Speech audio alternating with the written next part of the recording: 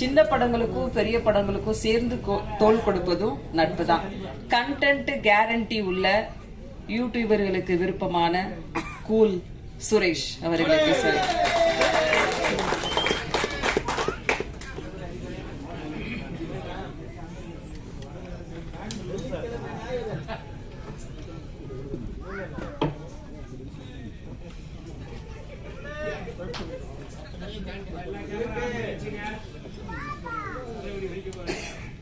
மேடையில் அமர்ந்திருக்கும் அனைவருக்கும் வணக்கம்.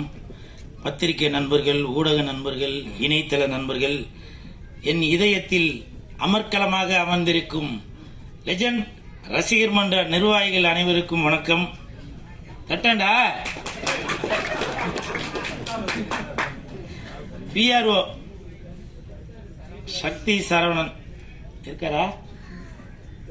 அவருக்கும் எனது நன்றி. மேடையில் பேசி கைத்தட்டல் வாங்குற அளவுக்கு நான் பெரிய பேச்சாளர் இல்ல, அதனால தயவு செஞ்சு நீங்களே ஒரு தடவை கைத்தட்டிடுங்க. இந்த கைத்தட்டல்கள் அனைத்தும் வட மஞ்சு விரட்டு அந்த படத்தோட டீமுக்கு தான் போய் சேரும். ஒரு வீரமான பெயர், மண் சார்ந்த ஒரு கதையை எடுத்திருக்கிறார் இயக்குனர் சங்கிலி அவர்கள். அவருக்கு என் மனமார்ந்த வாழ்த்துக்கள். ஒரு வாரத்துக்கு முன்னாடி சங்கிலி அவர்கள் என்கிட்ட பேசும்போது சொன்னார், அண்ணா ஒரு சில ஆஃபீஸ்லாம் சொல்லி நான் அந்த இடத்துலலாம் ஆஃபீஸ் பாயாக வேலை பார்த்தேனே, அப்போ நீங்கள் ஆஃபீஸ்க்கு வருவீங்க, நான் உங்கள்கிட்டலாம் நல்லா பேசுவேன், எதனா சாப்பிட்றதுக்கு குடிக்கிறதுக்கு எதனா கொடுத்தா கூட வேணாம்னு சொல்லுவீங்க, ஸோ ஷூட்டிங்கில் சாப்பாடு கொடுத்தா சாப்பிடுவோம், ஆஃபீஸில் வந்து வேணாம் அப்படின்னு சொல்லி நீங்கள் அன்போடு சொல்லுவீங்க, அதெல்லாம் நான் பார்த்துட்டு தான் இருந்தேன் அப்படின்னு சொல்லி சொன்னார். இந்த மாதிரி ஒரு ஒரு கீழிடத்திலிருந்து உயர்ந்து வந்திருக்கிற இந்த மனிதனை வாழ்த்துவதற்கு வராம இருந்தா கூல் சுரேஷ் எப்படி? ஏன்னா என்னுடைய தட்டுங்க என்னுடைய வளர்ச்சியை அப்போ இருந்து கண்காணிச்சுட்டு வந்த அவருக்கு என் மனமார்ந்த வாழ்த்துக்கள். அவருக்கு இயக்குனர் சங்கிலி அவர்களுக்கு ஒரு பரிசு தரணும் அப்படின்னு நினைக்கிறேன். சங்கிலி பிளீஸ்.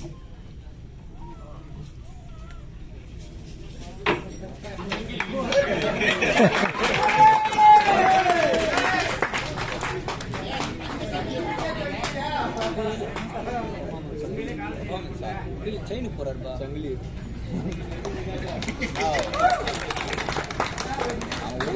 செயின் போடுவானா? ஏன்னா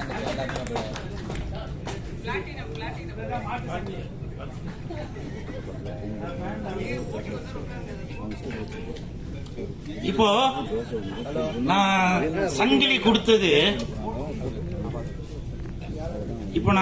கொடுத்தது நிறைய பேருக்கு வந்து காமெடியா தெரியலாம். இந்த படம் வெற்றி அடைந்த பிறகு இந்த படத்தின் தயாரிப்பாளர் பழனிசாமி அவர்கள் இதே மாதிரி ஒரு தங்க சங்கிலிக்கு அளிப்பார். ஒரு சின்ன சங்கிலியாக எனக்கும் கொடுப்பார். அட்லீஸ்ட் ஒரு கையில போடுற காப்பாச்சும் கொடுப்பீங்கன்னு நினைக்கிறேன். அடுத்த கான்செப்டுக்கு வேணும்.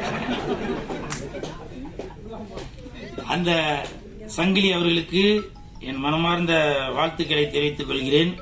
அதே மாதிரி வட மஞ்சு விரட்டு அந்த படத்தின் கதாநாயகன் அசோக் அவர்கள், அவருக்கு வாழ்த்துக்கள். 2026 கண்டிப்பாக அவர் ஜெயிப்பார். அதாவது இந்த படத்தில் அவர் நடிச்சு பேர் வாங்குறாரு அப்படின்னு சொல்றதை விட அவர் போட்ட அந்த டவுசருக்காகவே கண்டிப்பாக அவர் மிகப்பெரிய வெற்றி அடைவார். இப்ப நீங்க சிரிக்கலாம், ராமராஜன் சார் டவுசர் போட்டுதான் மிகப்பெரிய ஒரு உச்சத்தை அடைந்தார். அதே மாதிரி தனுஷ் சார் அவர்கள் ஒத்த சொல்லால அதுலயும் டவுசர் போட்டு லுங்கி அப்படி தூக்கிட்டு தான் அப்படி ஆடி இருப்பாரு, ஒரு உச்சத்தை தொட்டார். அப்புறம் பருத்தி வீரன் கார்த்தி சார், அவரும் அதுல டவுசர் போட்டுட்டு தான் இருப்பாரு. ஸோ இப்படி டவுசர் வடிவேல் சார் கூட எடுத்துக்கலாம். ஏன்னா எல்லாருமே அந்த டவுசர்ல மிகப்பெரிய ஒரு உச்சம் தொட்டவர்கள். கண்டிப்பாக இந்த அசோக் அவர்கள் மிகப்பெரிய ஒரு உச்சத்தை தொடுவார் இந்த வட மஞ்சு விரட்டு படத்தின் மூலமாக. அப்புறம் ஸ்டண்ட் மாஸ்டர் மிரட்டல் செல்வம் சொன்னவொடனே எந்திரிச்சு வணக்கம் சொல்லணும்.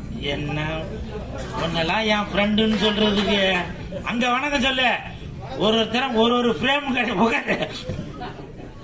எனது நண்பர், அதாவது இன்னைக்கு விஜய் சார், மாண்புமிகு தமிழக முதலமைச்சர் விஜய் சார் அவர்கள் இன்னைக்கு கைகால் சுகத்தோட அற்புதமாக இருக்கிறாரு அப்படின்னாக்க அதுக்கு எனது நண்பர் ஃபைட் மாஸ்டர் மிரட்டல் செல்வம் தான் காரணம். ஏன்னா அவரோட ஃபைட்டு எல்லாமே நம்ம மிரட்டல் செல்வம் தான் டூப் போடுவாரு. திருப்பாச்சி இயக்குனர் வேறொரு சார் இங்க இருந்தாரா ஆமான்னு சொல்லியிருப்பாரு. ஏன்னா அந்த படத்துல எல்லாம் விஜய் சாருக்காக ரொம்ப மெனக்கெட்டு உழைத்தவர் அவர்.